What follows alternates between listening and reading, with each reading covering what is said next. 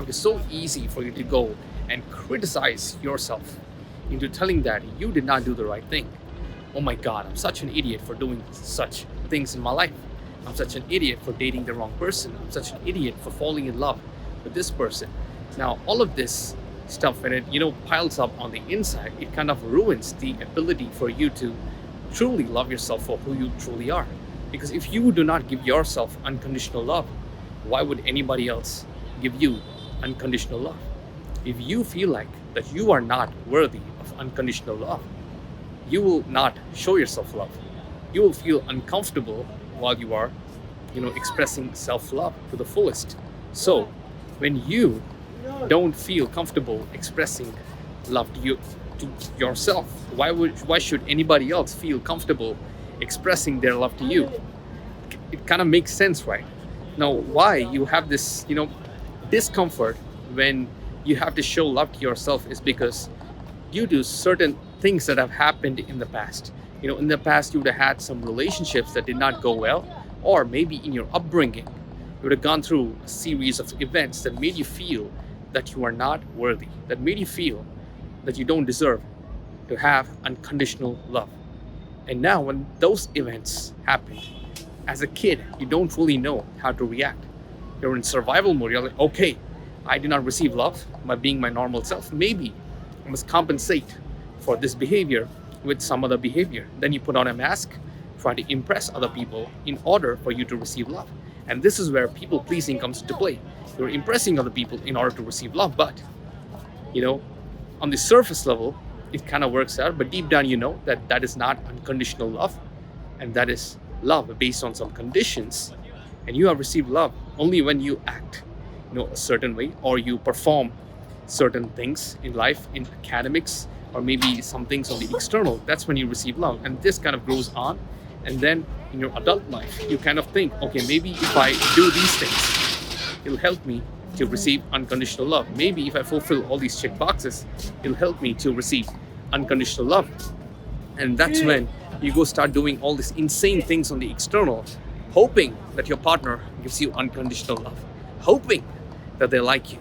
You try pleasing them, hoping that they like you, but it doesn't really turn out that way, because it is very surface level.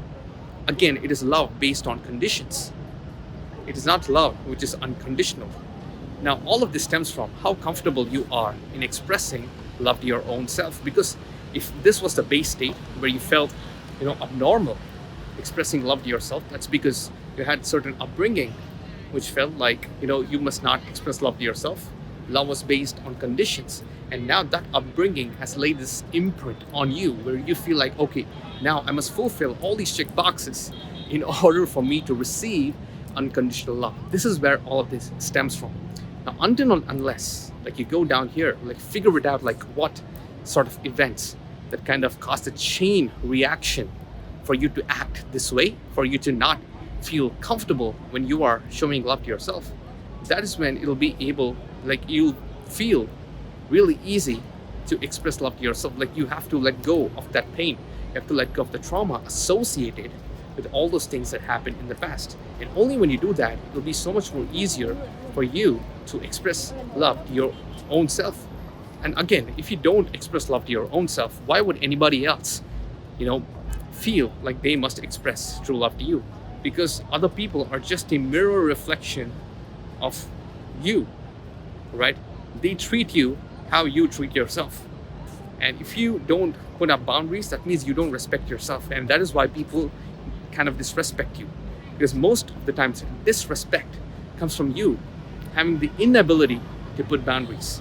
So all of this stems from, as I said before, and I'll say it again, childhood trauma, a series of unfortunate events that happened in your life that you somehow tend to map them all together and then blow it out of proportion, and then you feel all these things on the inside and you want to escape that, and you're like, okay, maybe I'll put on a band-aid, maybe I'll put on a mask in order to impress other people, and then things will work out, and then things will be fine, then I will be fine, and then I will receive the surface level love, which I will convince my mind that, okay, this is unconditional love. But deep down inside, you know that this is not unconditional love. And only when you realize this and do the inner work, it's a matter of facing your own fears, because deep down like if you face all these fears, like all this stuff would come up and it's so uncomfortable for you to face them.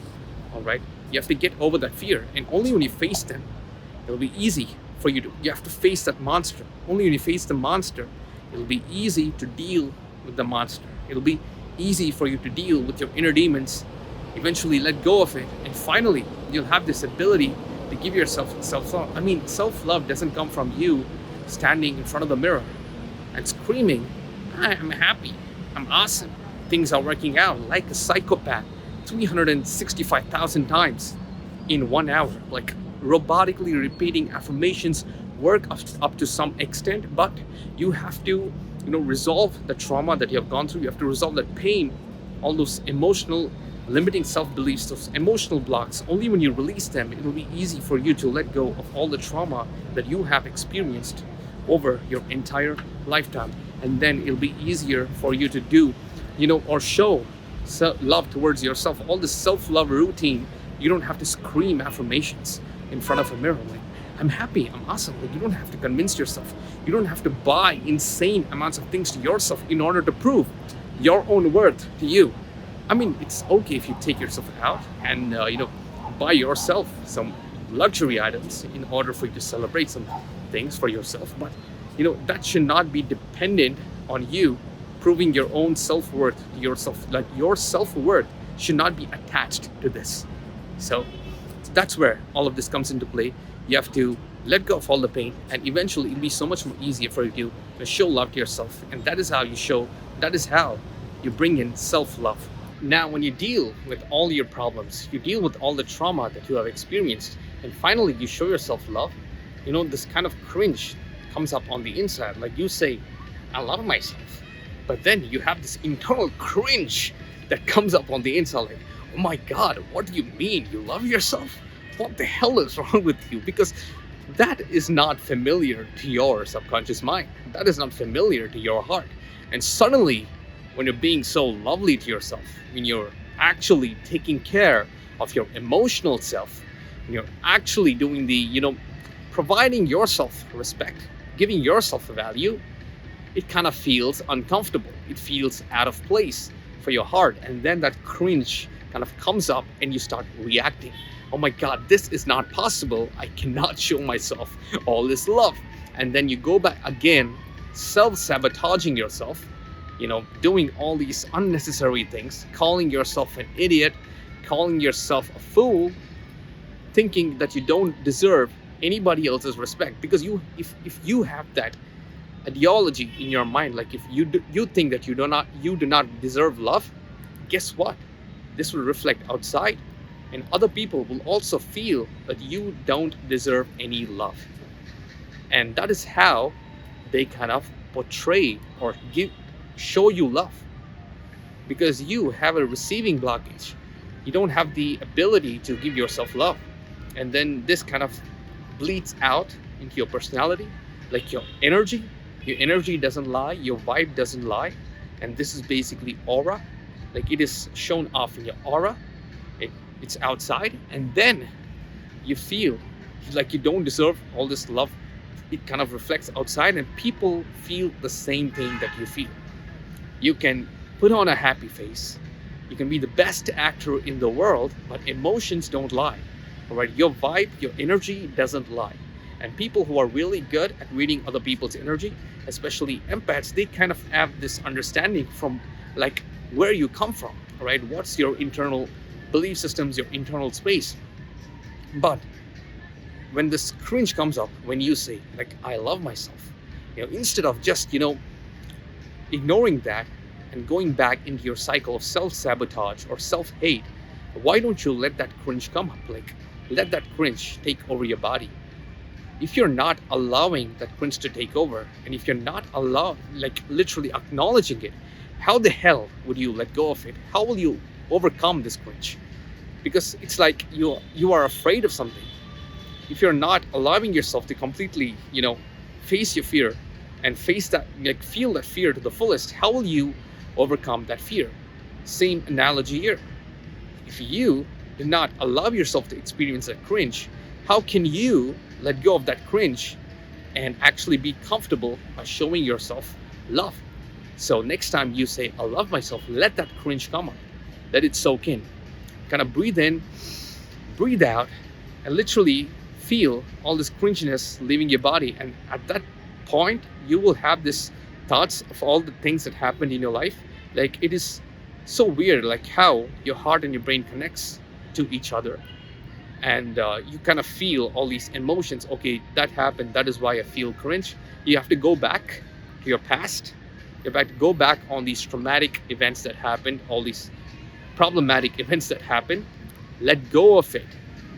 And then eventually, the next time you say, I love myself, the cringe would be noticeably, less significant. Right? First, if it was at 100% cringe, now you'll have like 80% cringe. All right.